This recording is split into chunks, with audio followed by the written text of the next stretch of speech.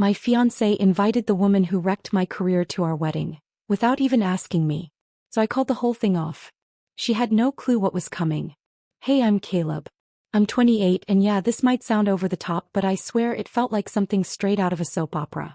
I've been with my fiancée Emma, she's 27, for 3 years. I love her. Really. We've had our ups and downs like any couple, but nothing like this. This wasn't just some argument over wedding plans. This was deep. It was something I thought I'd buried a long time ago, until Emma brought it right back up by inviting the one person who absolutely ruined my life. And she didn't even talk to me about it first. Let me back up.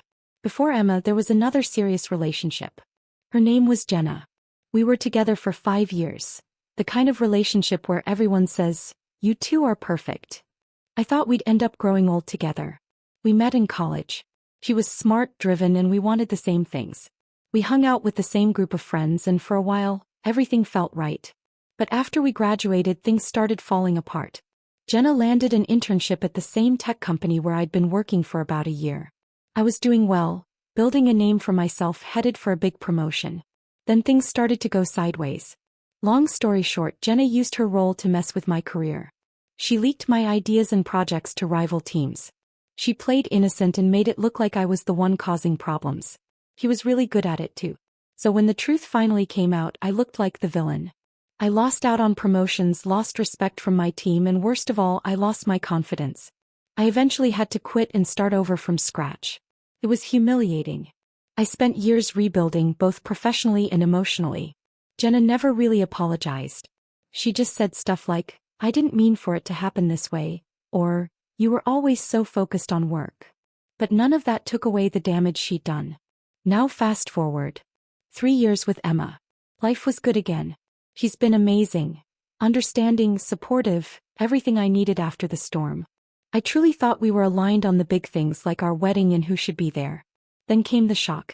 We were at the kitchen table going over the guest list, talking about family, close friends, who makes the cut. Everything was going fine until Emma looked up from her phone and said, "What do you think about inviting Jenna?" I froze. "Jenna?" I asked. "You mean the ex who destroyed my career?" She looked at me totally calm.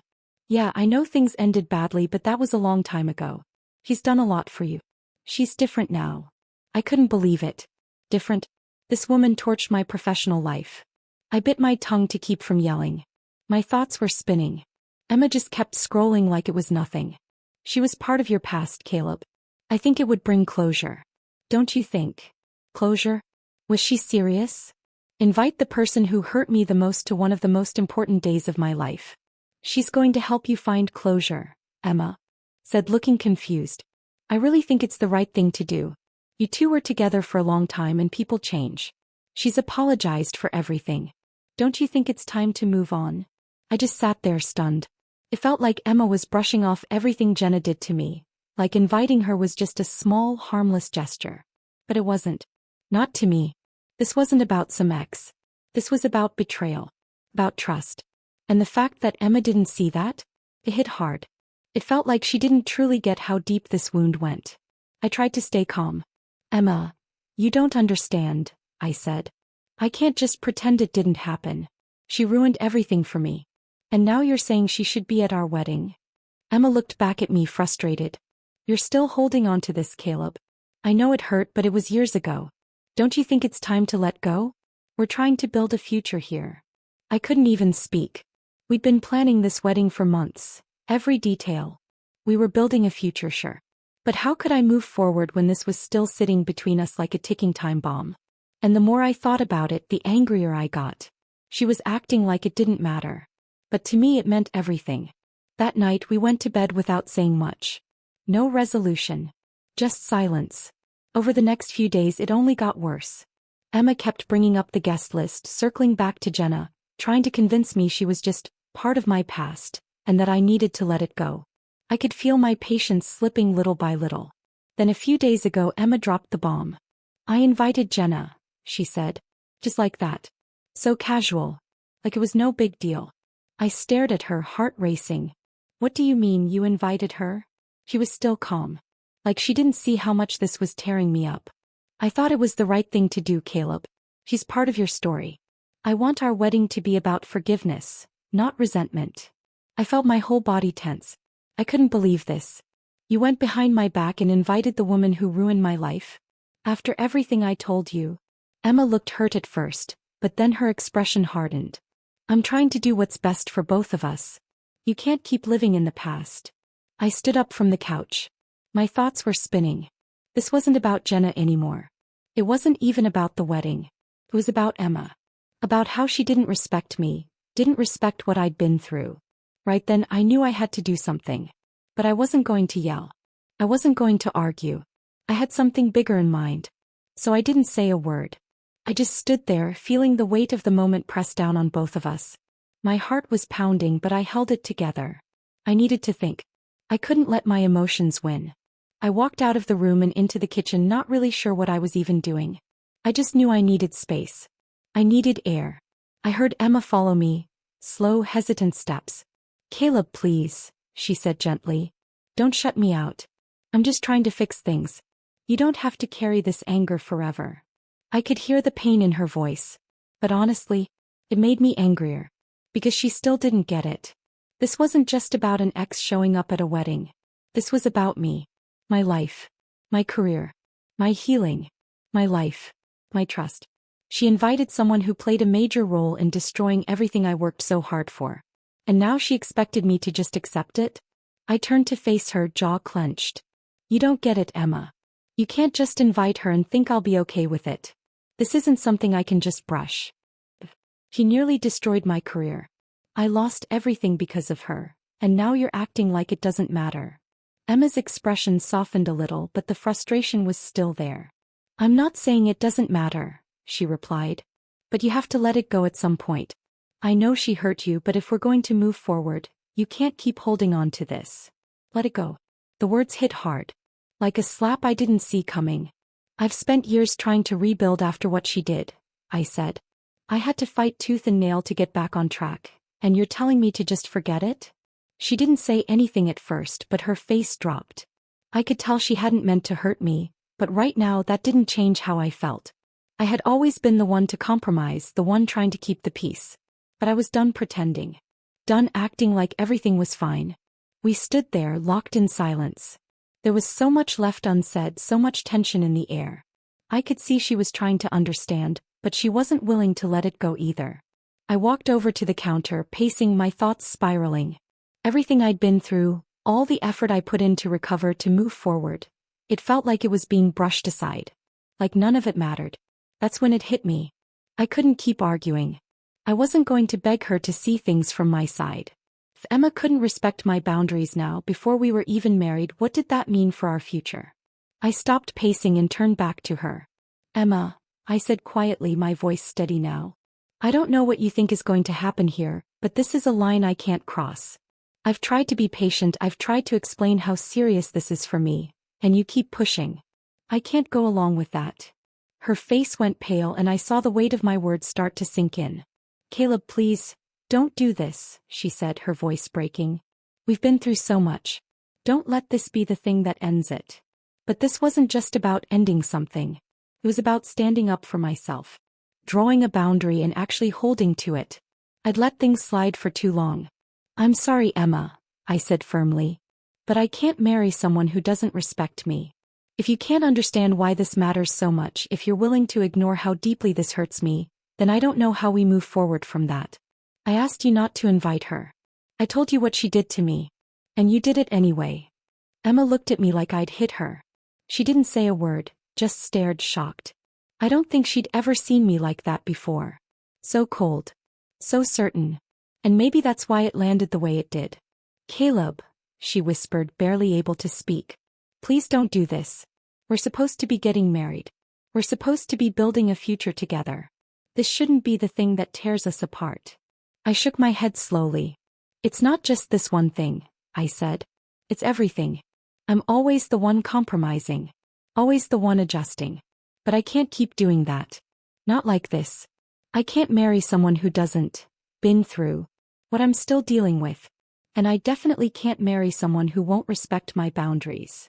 Emma stepped back, her hands slightly shaking. I could see the tears beginning to build in her eyes, and that's when it really hit me. This wasn't just about a wedding anymore. This was about us. About the trust we'd built over the past few years. And now it felt like that foundation was cracking apart. I can't believe you're doing this, Emma said quietly, almost like she was speaking to herself. I never thought you'd throw everything away over something like this. I didn't know how to respond to that. Because to me, I wasn't throwing anything away, I was trying to protect what I had left. What I'd fought to rebuild. My self-worth. My boundaries. My future. I'm not throwing it away, I said softly, the words coming out like a whisper. I'm finally standing up for myself. The silence that followed was thick. Suffocating. I could feel the weight of my decision hanging in the air, but deep down I knew I had made the right choice. For the first time in a long while I drew a clear line, and I couldn't backtrack now. That's when I knew I couldn't just sweep this under the rug. I couldn't let her control the narrative anymore. I had a decision to make and I was finally ready to make it. The days that followed were brutal. I tried to keep my head down at work, stay busy, but my thoughts kept circling back to Emma. To that night. It wasn't about the wedding guest list anymore. It had turned into something much bigger. Something that cut to the core of who we were as a couple. I kept reassuring myself that I did the right thing. That I had to take a stand. But the more I thought about it, the more I started to realize Emma didn't fully grasp what I was going through. And maybe she never had. I spent hours lost in thought, not just about Jenna or the career she wrecked, but about the life I'd been building with Emma. The way I once believed she really understood me. That she had my back. But now it felt like a gap had opened between us and it was only getting wider. I had tried to explain. I laid it all out for her, how much damage Jenna had caused, how painful it was even to hear her name. But Emma looked at it differently. She didn't see the betrayal the way I did. She couldn't or wouldn't put herself in my shoes. And then it hit me. Maybe she never really got me at all. That tiny thought opened the door to something darker. A seed of doubt. A slow-burning anger. I couldn't keep pretending anymore. Pretending that things were fine, pretending that I was okay with all of it. Emma was supposed to be the one person who understood. She knew about Jenna. She knew what I went through, how that betrayal nearly broke me. And yet, she still chose to invite her into our future. It felt like she just didn't care. And that's when I started to really question it. Why was I even with someone who could make that choice? As I sat there trying to make sense of everything, my frustration cooled into something sharper. More calculated. If Emma didn't get it, if she couldn't understand why I needed Jenna completely out of my life, then maybe it was time she experienced what it felt like to be ignored. To have your boundaries crossed without a second thought. She wasn't some innocent party in all of this. She had made her choice. She decided to go behind my back knowing exactly how I felt. So maybe it was time I made a decision of my own. And that's when the idea started to take shape. This wasn't about hurting Emma or seeking revenge just for the sake of it. I wasn't interested in petty drama. I was thinking bigger. This wasn't just about the wedding anymore. It was about everything Emma had failed to see. Everything she had dismissed or refused to understand. I was going to show her what betrayal really looked like. But first I needed something. Something strong enough to drive the point home. Something that would force her to realize what she'd done. And then I remembered. A conversation I'd had with Jenna years ago. Something she said before everything came crashing down. I'll never forget that moment. She pulled me aside. That last conversation we had before she completely betrayed me still stuck with me. Jenna had her usual act going, playing the victim. Saying things like, I never meant to hurt you, Caleb. I thought I was doing what was best for both of us. But then she said something else. Something I didn't fully grasp at the time. Now though it made perfect sense. I did what I had to do, she'd said. You were always so wrapped up in your career. You never looked at the bigger picture. But one day you'll get it. Back then I brushed it off. Just another excuse to cover her tracks. But now in the middle of all this with Emma, that line kept echoing in my head. Jenna hadn't just ruined my career out of jealousy, she did it because she knew she could. She knew I was laser-focused on success. She knew my reputation mattered more than anything. And she used that. Twisted it. Made me believe I was to blame. That's when it hit me. Both Jenna and Emma were running the same playbook. Different moves, same goal. Control the story. Twist the truth. Make me feel like I was the problem. Jenna had taken everything from me. And now Emma was trying to invalidate how I felt. To reshape me into someone who would just go along, who wouldn't push back. They weren't trying to understand me. They wanted me to adapt to their expectations. But not anymore. I started making a plan. If Emma wanted to play this like a game, then I'd play too, but by my rules. First, Jenna wasn't going to be at that wedding. Period. Emma wasn't going to get away with that. And second, I needed Emma to feel what I felt, to understand what it means when someone you trust completely disregards you. Just ending things wouldn't be enough. I needed her to see what happens when you cross that line. So I began to pull away. I stopped texting as much. Didn't call. I gave her space, not as a peace offering but as a warning. I wasn't trying to act cool or pretend I was fine. I was calculating, waiting for the moment to strike. It didn't take long for Emma to pick up on it. I could see the unease in her face when we ran into each other. In every short, awkward conversation, she looked for reassurance, for signs that things were still okay. She started asking questions. Why do you seem off? Are you still excited about the wedding? Each time I brushed it off. No emotion. No explanation. I wasn't ready to let her know what was coming. At the same time, I reached out to a few contacts from my old job, people who still had ties to Jenna. I didn't go into detail. I didn't need to. I just made it clear. If she tried to show up at the wedding, it wouldn't end well.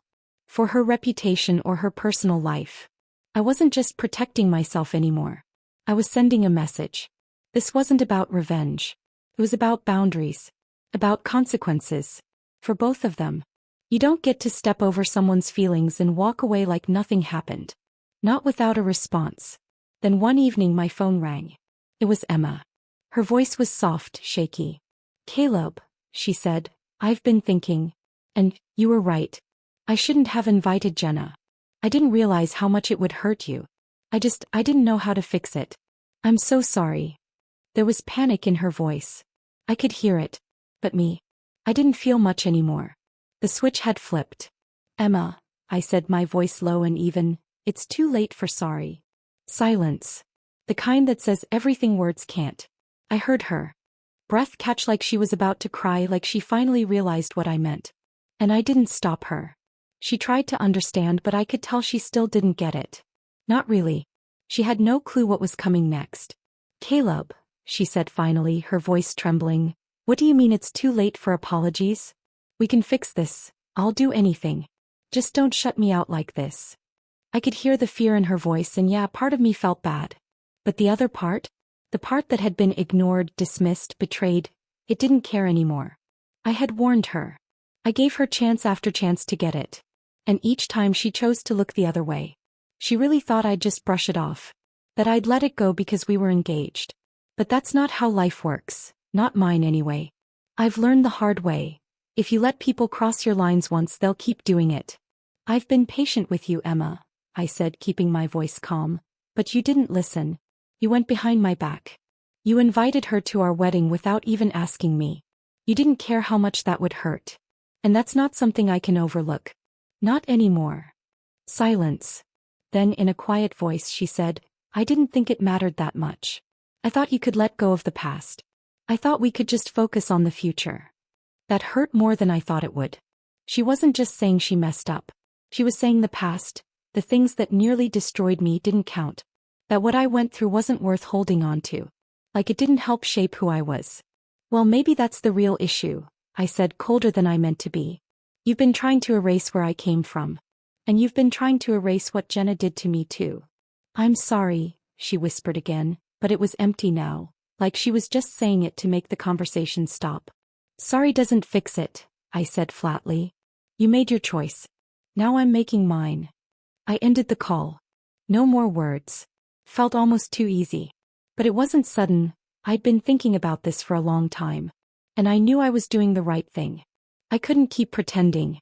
I had given Emma every opportunity to show me she understood. And now I finally saw that she couldn't, and probably never would. The next few days were a blur. I stayed focused, cold, deliberate. I didn't answer her texts. Didn't pick up when she called. I wasn't going to explain myself anymore. I booked a flight. Met with a lawyer. Made a plan. This wasn't just about calling off a wedding. I was ending everything. The engagement. The life we were supposed to be building. All of it. When Emma eventually came to my door, she looked like she hadn't slept in days. She was a mess, eyes red, hands shaking. I could see in her face that she knew it was real now. That I wasn't backing down. Maybe she thought I'd fold. That I'd hug her, tell her it was okay, forgive her like I always had. But I didn't. "I'm sorry, Caleb," she said, standing in the doorway, barely holding herself together. "I should have listened. I should have respected you. Please, I love you. Don't do this. I'll fix it. I swear." I didn't feel anything. No pull to comfort her. No urge to take her hand. Nothing. I'd been through too much. Her words couldn't reach me anymore. My feelings had been buried beneath everything she failed to see, everything she chose to ignore. And now I saw her clearly. "You had your chance," I said, voice steady. "I'm done, Emma. It's over." Her face broke. But I didn't let myself soften. I had spent too many years putting other people's needs ahead of my own, especially hers. I wasn't going to keep doing that.